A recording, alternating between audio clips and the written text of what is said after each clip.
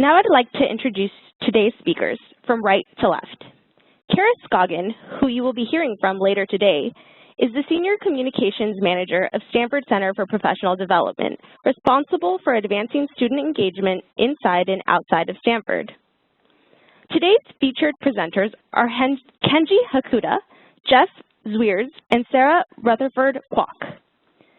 Sarah, a former bilingual elementary teacher, has more than 13 years of experience working with linguistically diverse students and their teachers and has conducted extensive research on instructional practices for English learners. Sarah was previously awarded a National Academy of Education Spencer Foundation Dissertation Fellowship for her work on the role of silence and speech in an elementary classroom, serving language minority students. Her areas of interest include classroom discourse and interaction analysis, language, culture, and instruction in multilingual and multicultural educational environments, institutional policy and curricular change, and educational equity. Sarah has been involved with the design and teaching of more than 20 MOOC offerings since 2013, and she has also directed the development of many learning modules with the Smarter Balanced Assessment Consortium and the ELPA 21 Consortium. Jeff has worked for more than 15 years as a professional developer and instructional mentor in urban school settings, emphasizing the development of literacy thinking and academic language for linguistically and culturally diverse students. He has published books and articles on reading, thinking, and academic language. His most recent book is Academic Conversations, classroom talk that fosters critical thinking and content understandings. His current work at the Center to Support Excellence in Teaching focuses on developing teachers' core practices for teaching academic language, comprehension of complex text, and oral communication skills across subject areas.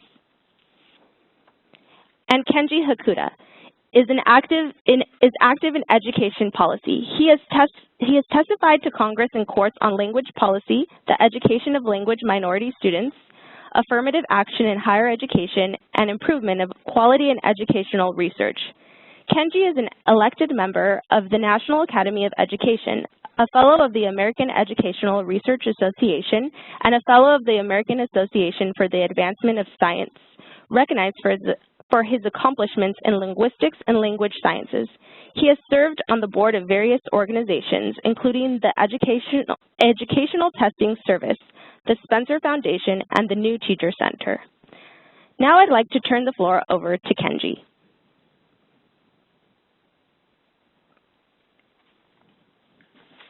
Good morning, everyone, and thank you for taking the time on a nice summer day to join us today for our presentation about the course that we'll be offering, Rich Talk Equals Rich Learning.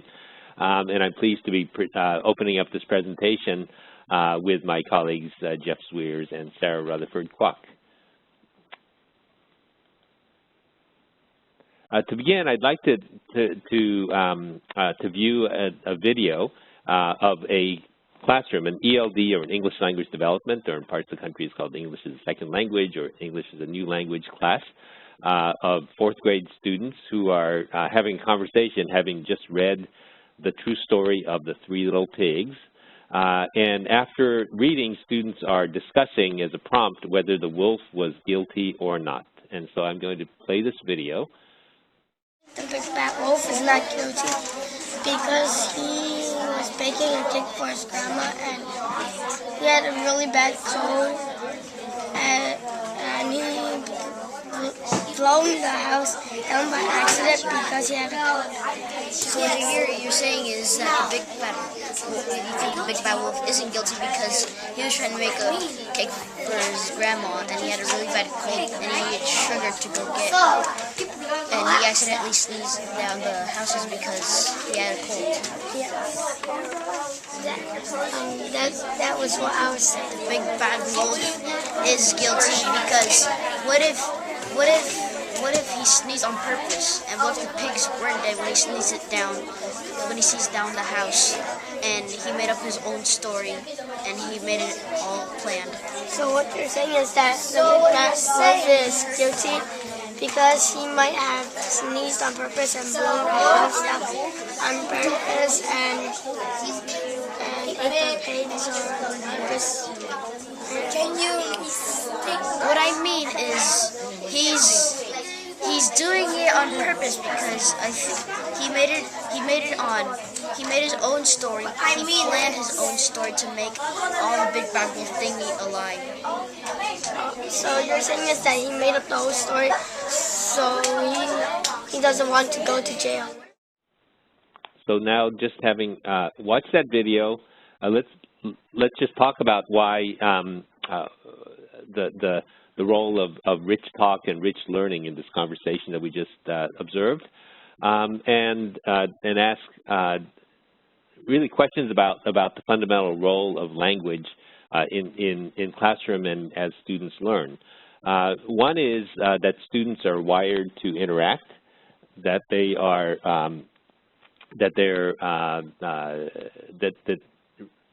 really the role that language plays is in facilitating interaction.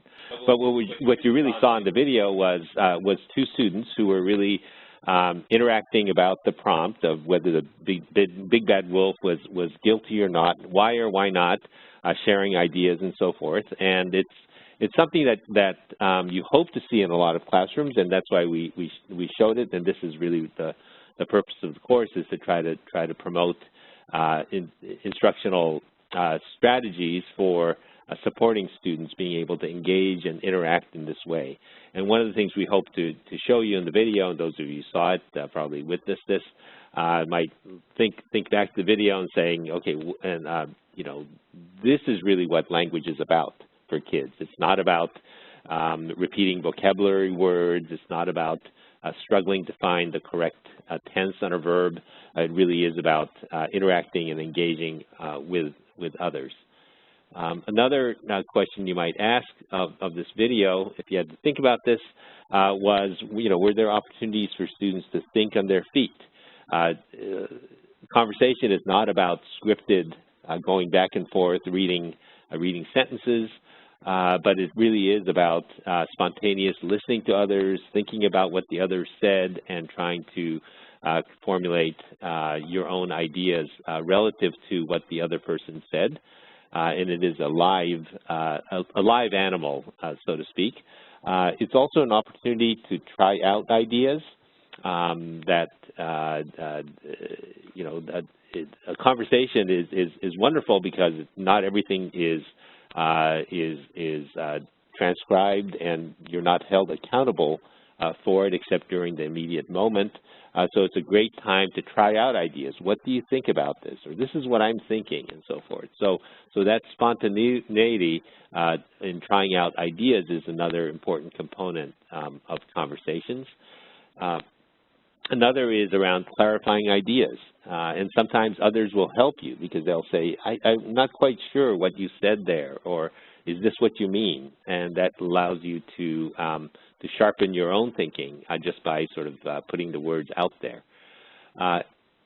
Conversation is also another way in which you can try to support your ideas. Ideas are complex. They are, you know, whether you're guilty or not is a complex idea. You may find multiple ways to try to support that. And so these are the sorts of things that at least those of you who saw the video probably saw the students struggling with.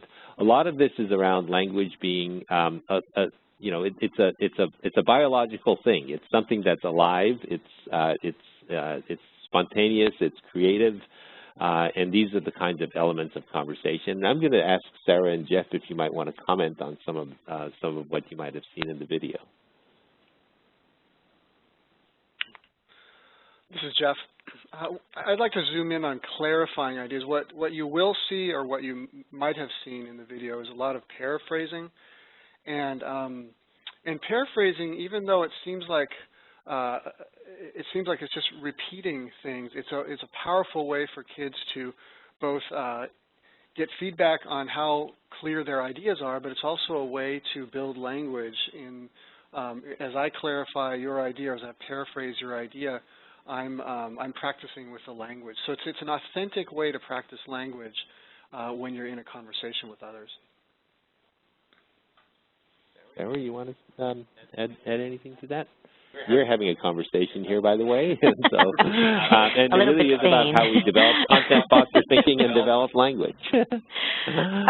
The one thing I want to add, and this kind of encompasses all of this, is that all of these things, or even conversation moves, or trying to get students to paraphrase, you can try these things out, but at the heart of it, if your classroom is does not have a culture where it's okay to make mistakes, and it's okay to say things that aren't exactly, the polished final result, then a lot of these things will be difficult. And so one of the things that we're trying to do in this course and in this webinar is that we're trying to build a culture of conversation, but also a culture where knowledge is something that's generated throughout time. And you don't just ask and answer questions, that you ask a question and they come back with an answer. So the idea of conversations is that they're building towards an answer and they're working on it. And so that's one of the things that if that's not there, then all of these different points are hard to do. So I wanted to make sure that we mention that as we move on, because that's kind of at the heart of what this building a culture of classroom conversation is.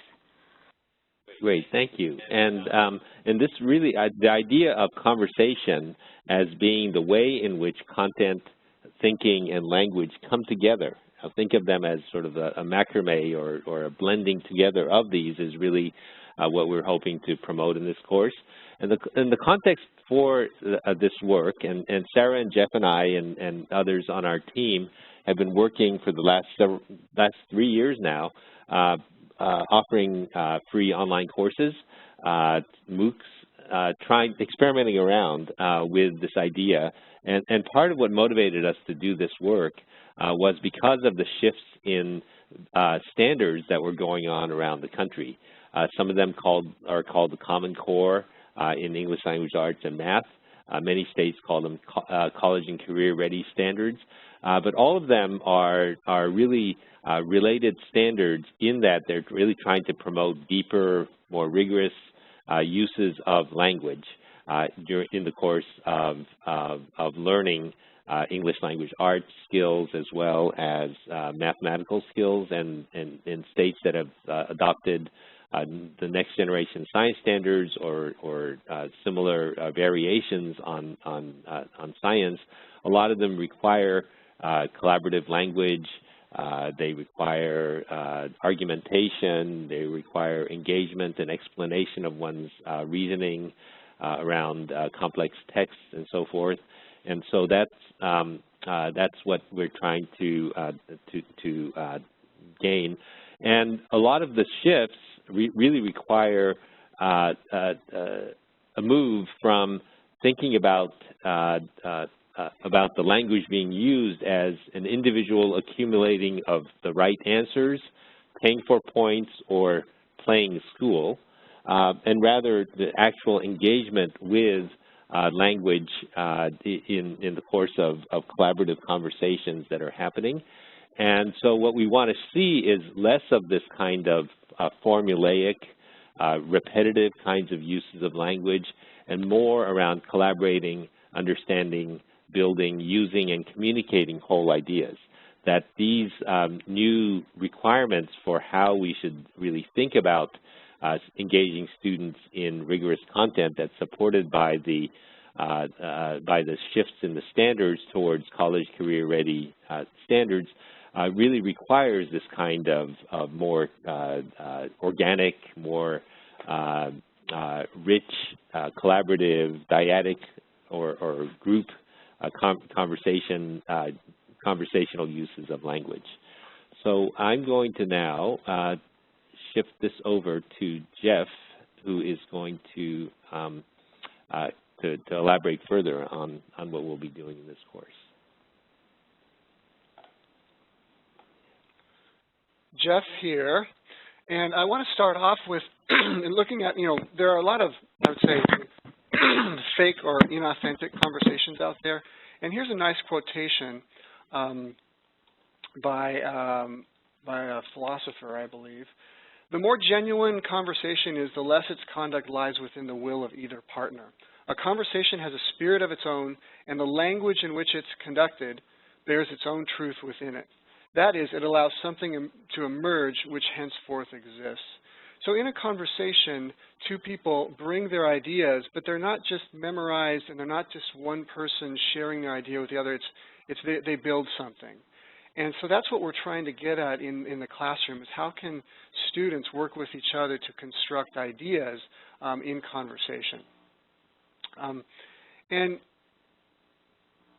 But as Sarah alluded to earlier, we also have to foster some conversational mindsets in our students. It's not just teachers doing things. It's also students need to unlearn a few things and need to learn that conversation and working with others can be a powerful way to learn many things. And so, you know, here's a semi-humorous slide, although there's a non-humorous element to it. If you look at it, what we'd like kids is each time a topic is introduced, for example, today we'll begin our unit on the American Revolution. Every student thinks, and this is where you can start laughing if you want, but I can't wait to share my ideas and hear those of others. You know, you're probably thinking, how many students actually think that? And then I'll learn to remember this better by talking about it. Now, there might be a certain few kids that might think that because they like to talk, but we're not as concerned about those kids. I like it when partners push me to think, build, and clarify. Yeah, I'm not sure how many kids I know. And I'm open to changing my mind and learning new ideas from others. And so these types of mindsets, you know, make up the culture of conversation and the culture of learning through conversation. Actually, if you look at this, I sometimes wonder how many adults in different settings have these. And what we want our students to grow up into adults that also have these types of mindsets, right? That they're not just individual, competing with others, and just learning on my own. And so that's one of the things that we try to emphasize in our work. Let's look at another area, important area, is looking at the prompts. This has come up in our ongoing research that we do with teachers related to our online courses and other work. And we found that there's a big struggle to come up with effective prompts. And so a couple things that we'd like to, we'll cover briefly here. One is having a purpose for conversing. A lot of kids and adults don't often know why they're talking and don't have a solid purpose or direction. There's also, the prompt should require thinking and doing something with ideas. So not just regurgitating, but actually transforming ideas in some way, transforming, fortifying, that kind of thing. And then finally, they should encourage students to share novel ideas and learn from one another. Like we said earlier, it's not just I'm sharing my wisdom with you and you're just agreeing and nodding your head. So there's a building. I bring some materials to the conversation. You bring some materials, and then we both construct something that we couldn't have done on our own. And now let's look at some prompts and see if some sample prompts, and we'll see how these do. What's the most important theme for fourth graders in this story? Does that hit all the boxes here? If there is a purpose. I might have a different idea than you. They require thinking. Definitely there's type of interpretive thinking. And each kid might have a novel idea. Even if they have the same theme in their mind as they come to the conversation, there's different reasons for it and different ways of expressing it.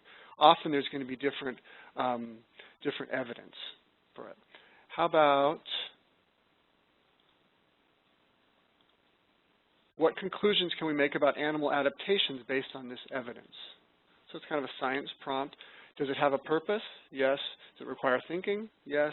Does it encourage students to share novel ideas? In most cases, students will be able to share novel ideas and have them kind of synthesize and combine together.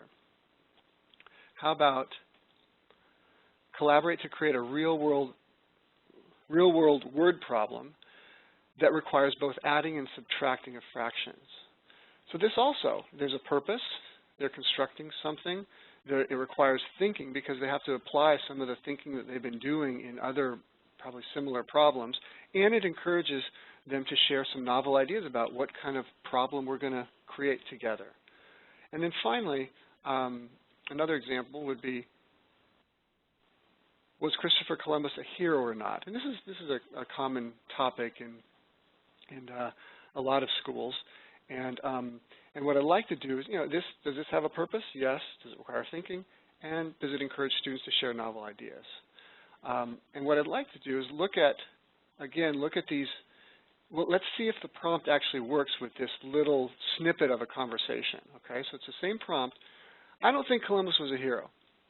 Why not? Because he hurt them and made them to be slaves. But he helped Spain get rich and he found America. So he hurt them. Heroes don't hurt or make slaves.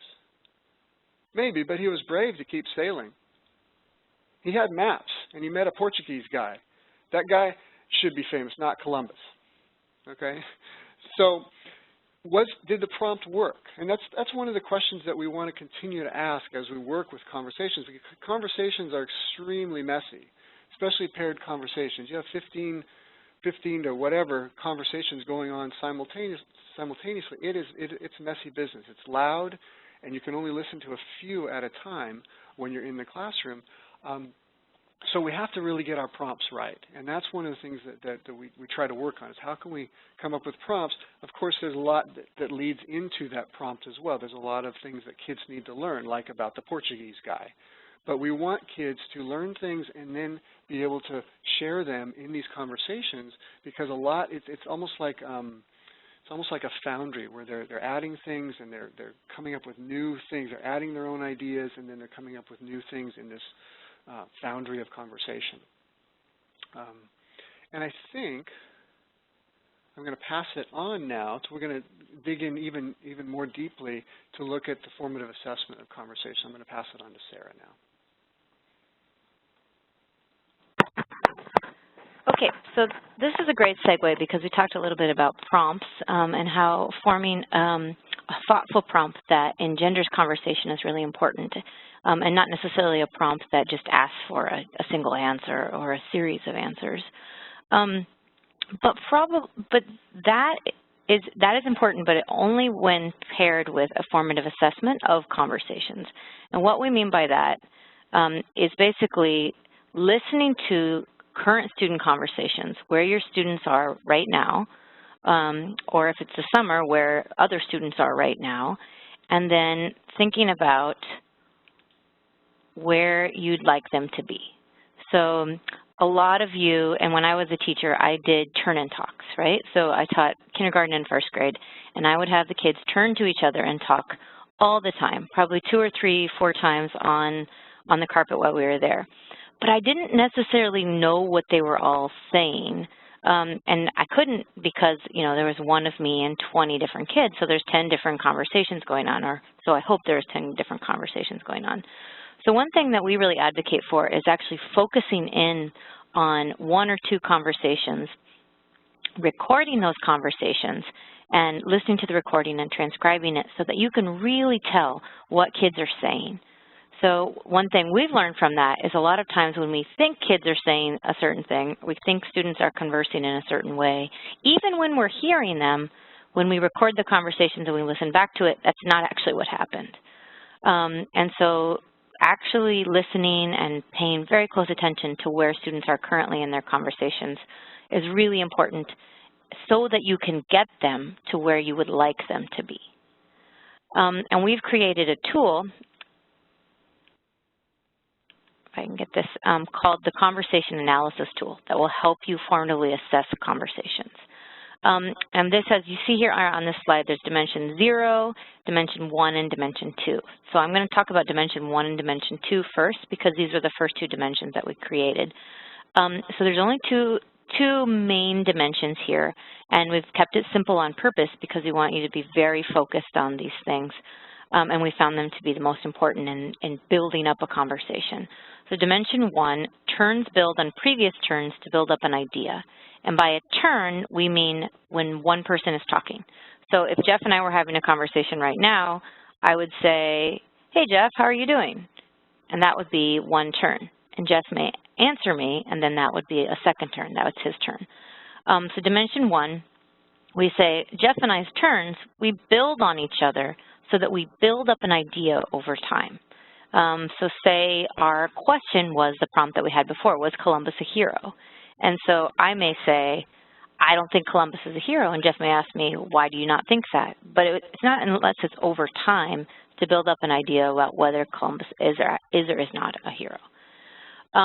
And then, so that's the first one, build up on turns build on each other to build up an idea. And then dimension 2 is turns focus on the content or skills related to the lesson's objectives. So this is not anything new for educators. Basically, we want to make sure that students are actually talking about the prompts. They're addressing the prompts. As an early elementary teacher, this would happen a lot. We'd ask a question about, so what did Tommy do at that birthday party? And the kids would go off on, I had a birthday party last week and I got cake. And so that's sort of, you know, in the realm of birthday parties, but it's not actually addressing the prompt. So dimension 2 is, are they actually addressing that? And one thing that that teachers that we work with in the past have found is when we're focusing on that, a lot of times we have ahas and realize sometimes that our prompts that we're crafting don't necessarily match the objectives that we had. So by looking very closely at this, you can see where is the match between the prompt and the objective and the student's conversation. So that's dimension 1 and dimension 2. So dimension 0 is students take appropriate turns. Now we added this dimension, and this is an optional dimension, but we added it in here after getting feedback from specifically early elementary teachers, kindergarten, first, second graders, pre-K teachers who are saying, these dimensions are great, but my students aren't there yet. They're still practicing how to actually take turns with each other. And so let's say, and I have 2 young children, so I can see this in practice as well. So I take a turn, you take a turn. And so a lot of times, particularly when you're asking them to address a particular academic subject or a prompt, kids may talk over each other. One person may talk and do all of the talking. The other person doesn't respond. So dimension 0 basically looks at whether or not they're taking turns. So this is a conversation analysis tool. We are going to keep that in mind now. We're just going to focus on, well, actually we'll do all 3 dimensions, dimension 0, dimension 1, and dimension 2. And let's take a look at some sample conversations. And I'm going to ask my colleagues, Jeff and Kenji, to join me here, where we're going to look at 2 conversations, one from a 4th grade class and one from, I think, a 1st grade class. This is the 1st grade one first. And we're going to go back and we're going to look at the conversation, and then we're going to try to formatively assess it based on the conversation analysis tool, just to give you an idea of how it works. So maybe, Jeff, can you read this conversation with me? I'll be A. I think, and we don't know the prompt. Do you know the prompt? I think it was, should the main character have shared the bread at the end or not? Oh, okay, and this is about the little red hen, right? Okay. And just even before that, a quick little quiz. What were the dimensions again of the conversation analysis tool? Because as we read this, it's probably not in front of you right now. What was dimension 0? Remember? Can I answer, Joe? Yeah. Oh. Dimension 0 is are the students taking turns? Dimension 1? I let Kenji. Did they build on each other? Yeah. Did the turns build on each other? To build up an idea. Build up an idea. And number 3?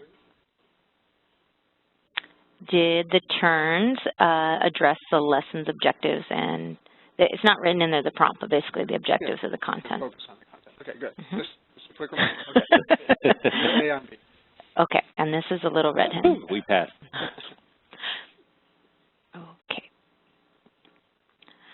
I think she not share it. Why? Because the other animals not work. They're just lazy. Yeah, I don't think to share too. Why? Like my dad, he worked for money, not work, no money. Yeah, no es justo. Not fair, but teacher said it's good to share. I share when they help. Maybe I paint the school. It's my money, you know. No, maybe if no pueden trabajar, like they're sick, maybe. But this story, animals are lazy. It's good to share, but not all the time. Not with the lazies. Okay, so as you can see, this they did take turns.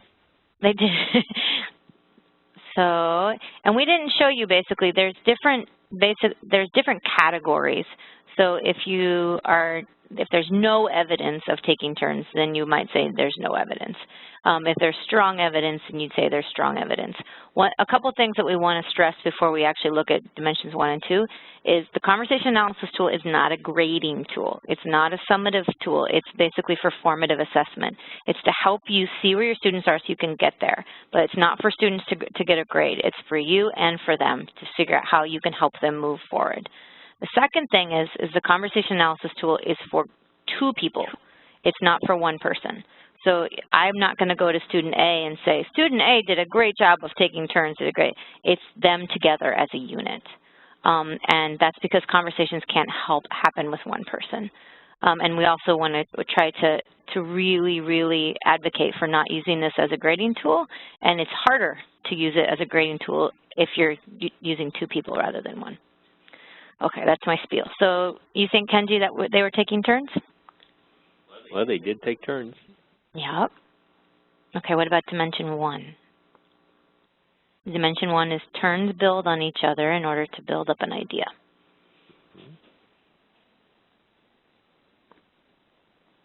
Yeah, I would agree that they weren't just popcorning ideas around, and the turns definitely connected to one another. And an idea was built up at the end. I think the idea of not sharing with lazies. Yeah, we have to remember this is a little red hen, right? And so if we had the tool in front of us that had the more detailed dimensions and the different categories of each dimension, like no evidence all the way up to strong evidence, this may be somewhere in between strong evidence and the category that's a little bit below that. Yeah, for content, I think it would work too for the dimension 3. Yeah. I think that's great. And one more thing is that these are first graders who are just, they're bilingual students who are their English is starting to emerge. And one thing we want to point out is you can see there's a lot of like quote unquote grammatical errors in this. That does not matter for the conversation analysis tool. We are not measuring whether they have, again, quote unquote perfect English, because what we're measuring is whether or not they're building on each other and building up a conversation and building up knowledge together, which doesn't require total acquisition of the language. Okay. And this is a 4th grade science lesson. And Jeff, can you give us the prompt for this one? Yeah, it's how do animals evolve? Oh, there you go. It's right there. Okay. Who's on the board? Okay, so I'll be Elia. Okay. So how do animals evolve? To live. What's an example? Sharks. What's another example? Turtles. What's another example? Giraffes. They got long necks. Why? To reach up into trees. Okay, let's write these down. Oop. So let's do a quick assessment of that. How about dimension 0? Were they taking turns? Yeah. Sort of. Yeah. It goes student A, student B, Elia, and then Alex. Yeah, there definitely is the turn taking, and then you get to dimension 1. Then you start talking about, well, are they really building up something? They're building on one another's ideas, sort of, but they're not really building up anything yet. Yeah.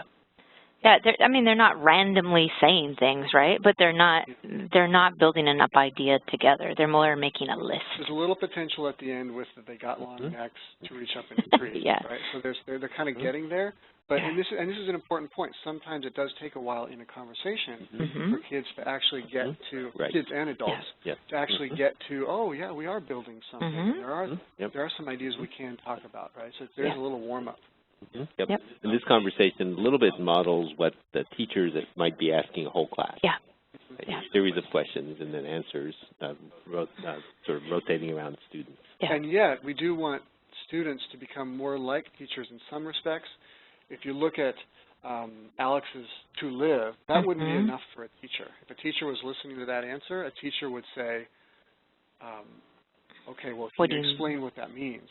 And also with the sharks example, what's another? A teacher wouldn't say, what's another example? A teacher would say, please elaborate how sharks answers this question, right? So there would be more pushing from the teacher, which is what we want students to do. We want students to be kind of like little mini teachers out in the classroom that elicit lots more language out of students than what normally happens, you know, between students. Okay. So dimension one, as far as building up, so our consensus is that we don't really feel like there's a lot of building up here. A little bit of potential at the bottom, but not a strong evidence of it. What about dimension two? Do the turns address the content or the objectives?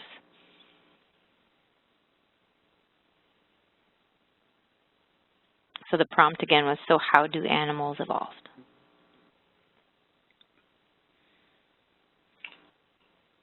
I mean, it's not way off base. They have some examples that in their head, I think they do have. They're not explaining it, which is what we want. Exactly. But I think they're definitely, you know, they're definitely getting there. Yeah. So I would say, you know, whatever the level would be, some evidence. In the middle, yeah, some evidence. Lots to work with. Yeah. So another thing we want to point out is that the syntax of these examples, this fourth grade example, is perfect, right? The questions are articulated in a way that would be stereotypically grammatically correct, but that does not matter because this actually shows more evidence. The first grade example shows more evidence of building on each other to build up an idea in conversation than the fourth grade example does. So this is how this tool is a little bit different than things that you may have used in the past. Okay, so I think this is our last slide before we open it up a bit. And so as we move forward, and as you move forward for preparing for formative assessment of conversations in your classrooms come this fall, there are a few things that you can do to get ready for this if you take on this challenge. The first thing is look at the big ideas in each unit to draft conversation prompts. So I know one thing that I was guilty of as a classroom teacher is I would wait till I get right in front of the students to think about prompts, and then I would ask them to turn and talk, and I would just, you know, pose a question. But I wouldn't really put a lot of time and energy into developing these prompts ahead of time. So a lot of times my on-the-fly questions didn't actually engender the type of conversations I was looking for. So that's one, and then here's 2 and 3. Think about what you want to see. So if you were asking a question about Columbus, what sort of conversations would you want to see in an ideal situation? And then write those down. It actually helps for you to envision what the conversations or the model conversations would be. And then I would say, you know, when time comes, share those with the students too. Number 3 is practice with the conversation analysis tool.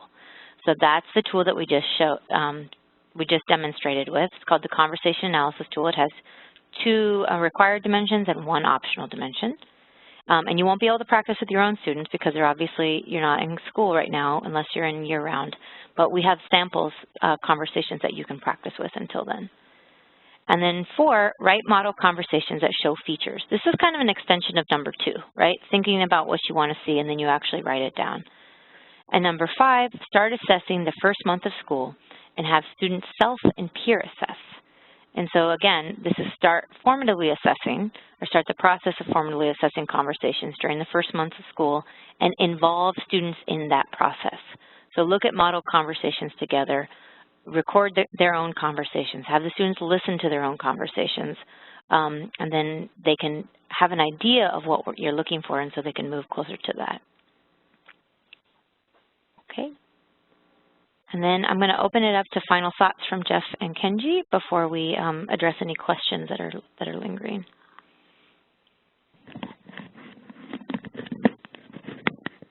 Well, that was a lot in a little compact space, but we hope that it has given you, and we'll probably answer some questions here as well, but we hope that it's giving you I'd say some inspiration and some kind of interest in trying some of these things out, because one of the things that we've also encountered is it takes time and patience and lots of trials to get these things going in the classroom. If you just try it once, twice, even for a month or 2, it doesn't really get going until maybe half a year. Some teachers will say, oh no, it took me a year or 2 to actually understand how to get kids conversing and how to build their conversation skills. So it's really a, the question often comes up: is this worth the time? Is it worth the time? Most people on this webinar are probably interested in it enough to think it's worth the time. But in the larger swath of districts and schools, there's a lot of people. We're still doing kind of this traditional memorize the stuff, take a test, pay for my points with my facts, and that's it. And there's a lot of that traditional. And so this is a major overhaul, as Kenji alluded to in the beginning. And so, thinking about, we have to think about and really listen into kids' conversations, valuing what they have to say, valuing their voices, but also at the same time thinking how is this useful for learning of content, of learning of language, learning of thinking skills, and social skills. One of the other things that's often missing in a lot of kids is just the ability to have good conversations with a wide range of others. So, I'm hoping that some of this stuff will come out in the future, as we work through this. I'd like to just share that during the past few years of doing this work, we've heard from lots of districts who have been using these tools, and that there's tremendous variation out there in how much the orientation towards conversation as a form of academic learning is sort of integrated or becoming sort of a district-wide as a culture. And for some, you see it more in certain subject areas than in others. English language arts more than in math. Others, you see more of it. And so there are these pockets of kind of cultural changes for a culture of conversation that's happening, but that I just want to acknowledge that that many of you will be in districts with different kinds of settings. The other thing I would like to share is just that we kind of started this workout thinking about supporting English language learners, but as we've done this work and seen the responses to it, a lot of the realization is that this really is you might think of English language learners as being the tip of the iceberg or the canary in the mine or whatever. These are students for whom this kind of engagement with language is necessary for English language development, but it's really a form of learning for all students. And so the uptake of our work has been not just among teachers who would consider themselves English language learners, but for all teachers who think of themselves as teachers primarily of core academic content. Yep.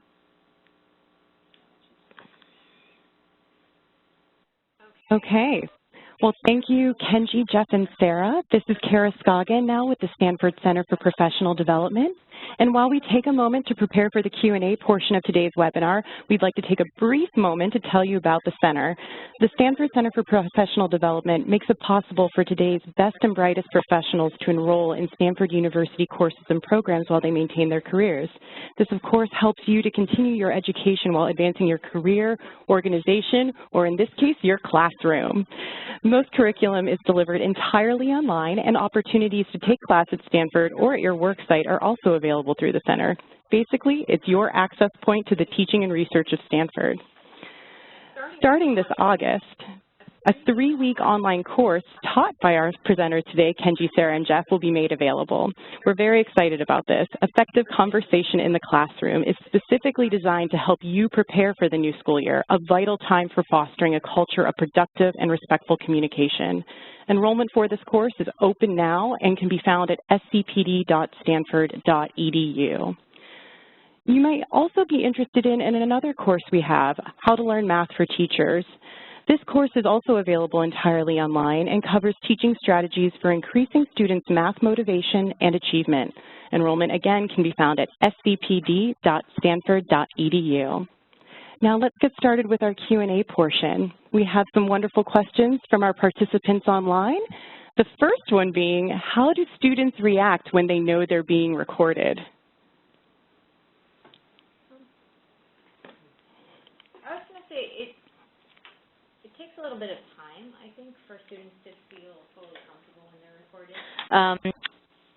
Oh, I'm muted. Sorry. Okay, I'm not muted now, right? Okay, so this is Sarah, and I was going to say it takes a little bit of time for students to feel comfortable recorded, but we've done it in our classrooms for forever, and you know, I would say 2 or 3 days of doing this, depending on the student's age, and they just act like nothing's happening. We have typically used audio recording, and in our previous courses, that's what we have IRB or research permission for audio recording. There are also times where we use video recording, and we have a lot of video examples of students that you could see in this course if you sign up for it.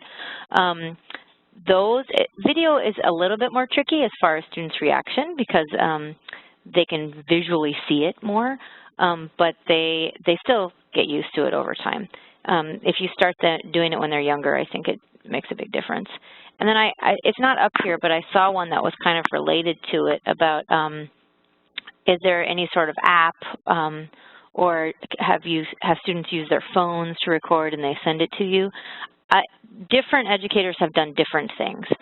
We actually have a colleague who's working on an app that we could actually all use together. It's not completed yet, but hopefully in the next year or two it will be.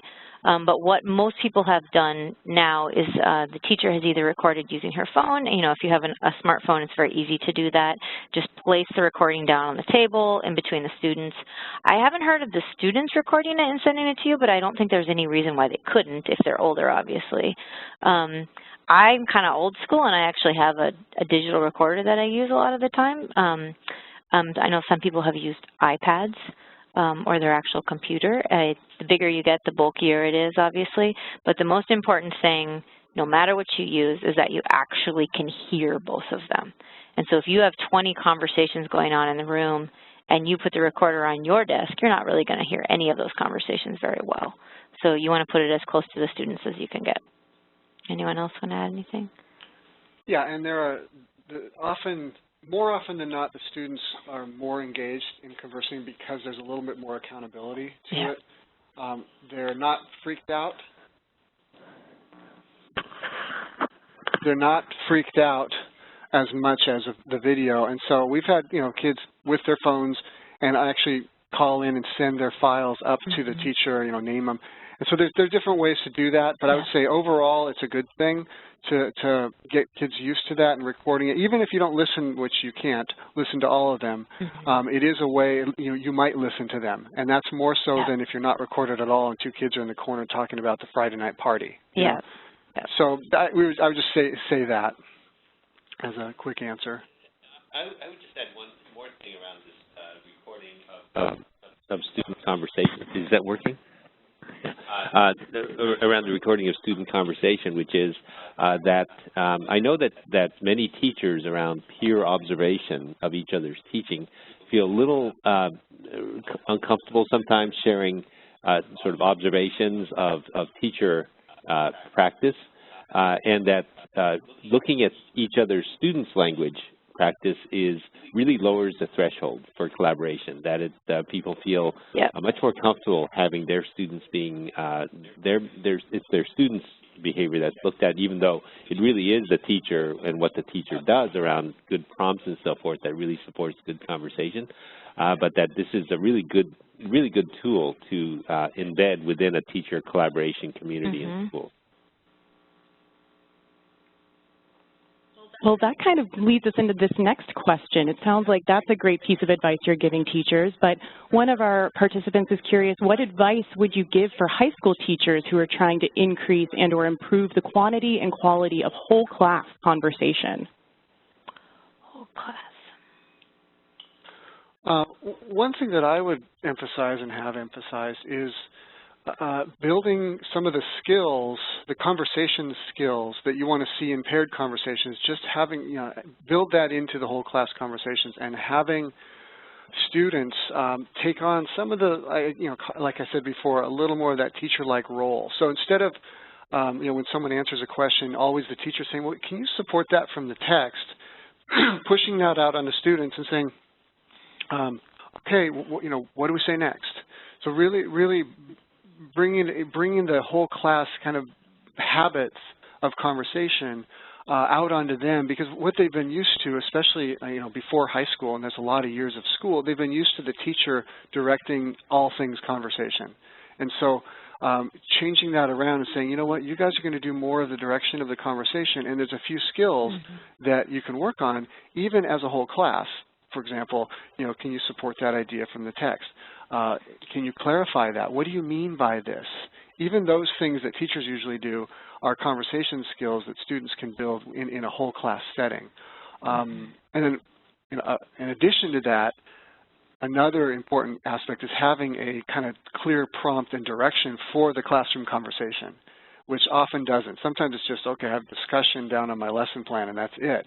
But there isn't really a firm direction that you have for okay, well, what are we going to do with this 5-minute whole class discussion? Where do we, you never know exactly where you're going to be. You can't script everything. You don't know exactly, but at least you have, at least a default direction, because it can go all over the place. Anybody else? I think that's a great answer. Excellent.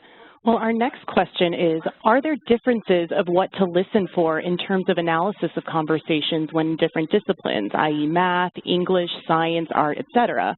Are there sources for good prompts for different disciplines? It's a good question. It is a good question. And yes, I mean, the short answer is yes and no. Could you put the question right back up again so I can see it? When we created this conversation analysis tool, we did it as simple as we could so that it would apply across disciplines. And so conversing is an important skill across all disciplines. So at the very basic level, these three dimensions are going to be applicable in any grade level in any content area. But there is obviously going to be difference in the qualitative nature of the conversations depending on your grade level and on your content area. There's also going to be great differences in prompts. But as far as good sources for good prompts in different disciplines, I think, and Jeff may have more to add to this, but in my opinion, the most important source for creating a good prompt is your content. So you can't just, say, these are some good prompts for art or for environmental science, because your prompt has to connect very, very intimately to the content that you're addressing. There are ways to phrase questions so that they don't create, these one-word answers.